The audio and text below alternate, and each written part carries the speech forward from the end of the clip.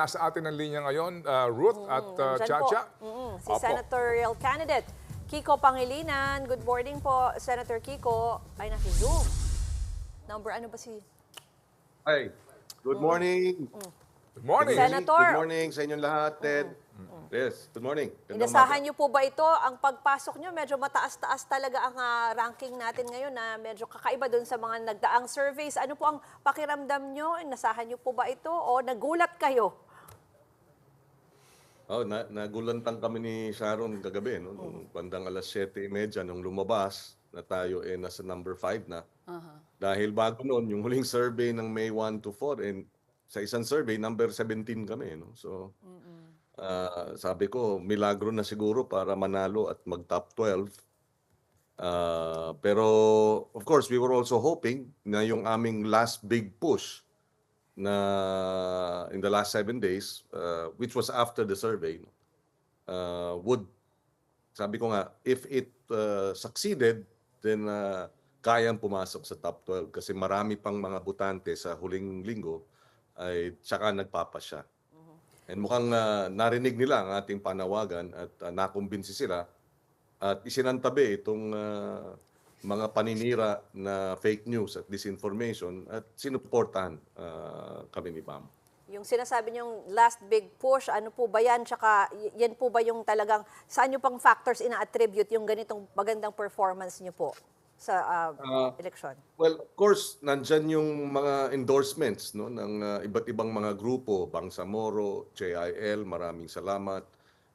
Ang mga local officials sa Cavite, maraming salamat sa mga Remulla doon. Of course, ang mga Garcia, sina Gwen, DJ sa Cebu, Quezon City, kay Joy Belmonte. So this was in the last week, actually. Sunod-sunod yan, every day. And syempre yung ating mga celebrity endorsers nandyan din. Yung ating ang media, no? Dala-dala yung karampot naming mga ads. And yung celebrity endorsers, sunod-sunod yan. So lahat yan at yung mensahe natin na tayo'y tumatakbo para sa mga naniniwala na may pag-asa pa ang Pilipinas, palagay ko medyo tagus din siguro, no, sa ating mga kababayan. Kaya yun, sila'y nagtiwala at naniwala. Yes po. Senator Kiko, si Chacha po ito. Senator, Hi, Chacha. yes po. Sinasabi nyo nga po kanina no, na dito sa mga survey, kahit sa top 12, wala po kayo. Nasa 17 po yung number ninyo. And right now, we're seeing number 5.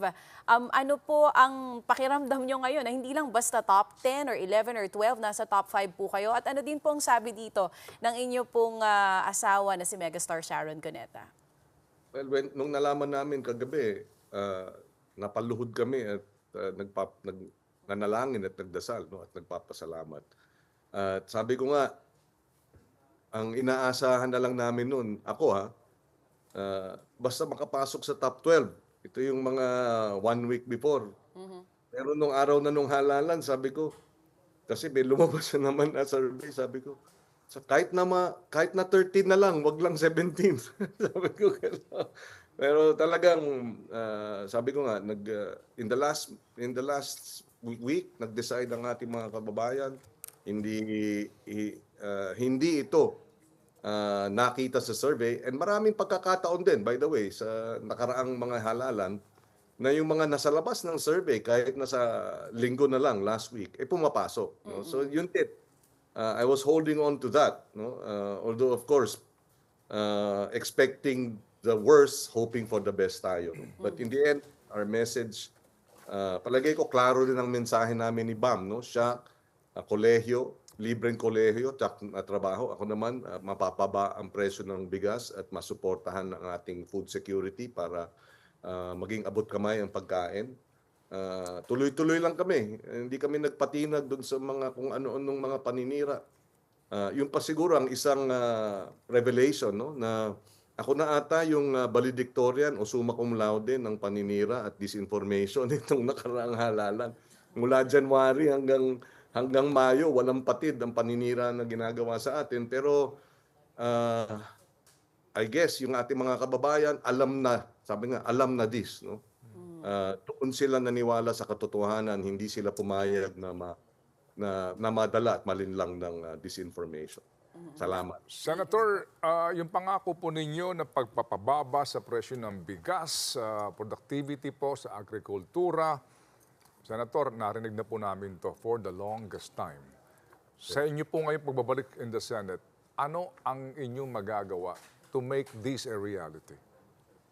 Well, bubusisiin natin yung proseso ng paano nag-i-import itong issue ng smuggling, itong mababang presyo ng palay, yung NFA performance. Kasi sa totoo lang, nagawa na natin ito eh.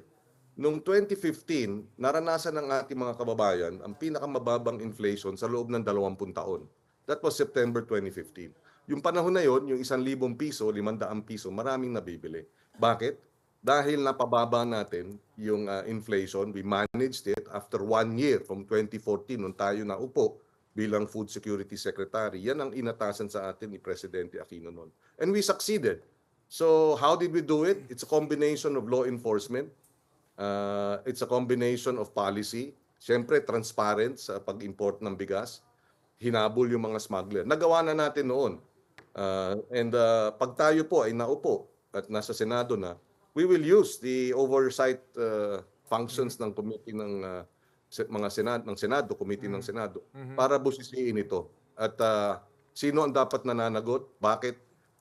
Ang isang halimbawa pa lang, merong data na sinasabi 2.4 billion daw ang kinumpiskang mga smuggled na agriculture products nung nakaraang taon. Ang non-bailable offense ng smuggling ng economic sabotage is 10 million. So, kung 2.4 billion ang nasamsam, ibig sabihin, walang humigit sa 10 million dun sa lahat ng nasamsam na yon kasi walang na-file na non-bailable na yun ang kailangan natin busisiin para maipakita kung seryoso talaga ang gobyerno. We're willing to help. Hindi tayo maghahanap ng sisisihin, ang hahanapin natin yung solusyon. Kasama yan sa solusyon, effective law enforcement. Well, yan nga po isa sa mga solusyon. Doon po sa usapin ng pagbabalik ng puder sa NFA para po makipagkompetensya sa merkado. Ito po kasi ay inamyandahan na because of the RTL, no, to Rice Tarification Yes. Law. What's your thought on that? Well, I'm open to further amending yung tarification measure. Pero alam nyo, yung pagbili ng palay, hindi na yan exclusive at monopolya ng NFA. Yes, sir. Ito ang isa pang dapat gawin, yung Sagip Saka Act. Ang ating pamalang lokal, ang ating pamalang pambansa, pwede nang bumili direkta ng palay sa ating mga magsasaka na wala ng public bidding. Hindi lang ito NFA function. So yan din ang isa pa nating gagawin. Magbubusisiin natin, tatanungin natin lahat ng ahensya ng pamahalaan. Magkano ang binibili ninyong palay o bigas o gulay o karne sa mga magsasaka?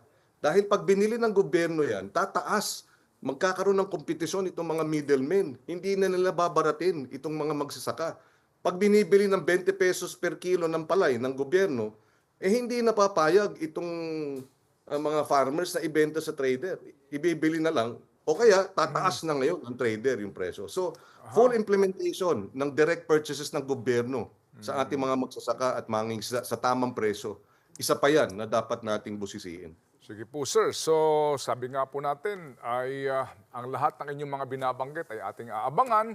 Ang ating po nga lamang, sana nga po, finally, yung mga pinapangako nyo ay maramdaman na po ngayon sa inyo pong pagbabalik in the Senate. Muli po, Senator Kiko, anong inyong mensahe kaninyo sa dahilan kung bakit kayo napaluhod at malamang po napaiyak ni Tita Sharon dito nga po sa pangyayaring ito sa naging hatol ng bayan sa midterm elections?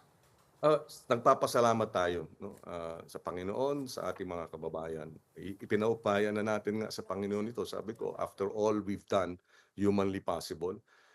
And nag-surrender na tayo sa ating mga kababayan. At sa awa ng Diyos, yung ating panawagan ng may pag-asa pa ang Pilipinas, kailangan ng tapat at totoong panunungkulan, yung mga may resibo, ay natugunan at narinig ng ating mga kababayan. Kaya kami ni Kiko ng Kiko Bam ay nasuportahan ng husto. So makakaasa po sila. Sabi ko nga, tama ka, no? Umaasa ang ating mga kababayan. Nag-usap kami ni na Vice President Lenny this morning, si Risa rin, kausap ko sa telepono at kausap ko rin si Bam kagabi. Isa sa mga nabanggit naming obserbasyon is that sa aming pagkapanalo, marami ang nagsasabi na pwede silang mag-asa, may pag-asa muli. So malaki ang aming tungkulin. Mabigat ang ating responsibilidad na tiyakin itong pag-asang ito ay hindi magkakaroon ng resulta. Kasama dyan itong mga pinangako natin. Sa tulong ng ating mga kababayan at gagamitin natin ang buong tapang, ang buong dunong at karanasan natin na malawak na rin para isulong itong mga solusyon sa daing ng taong bayan. Salamat. Alright, Maraming Senator Kiko, kami po'y sasandal sa inyong mga salita. After all, wala please. naman kami magagawa.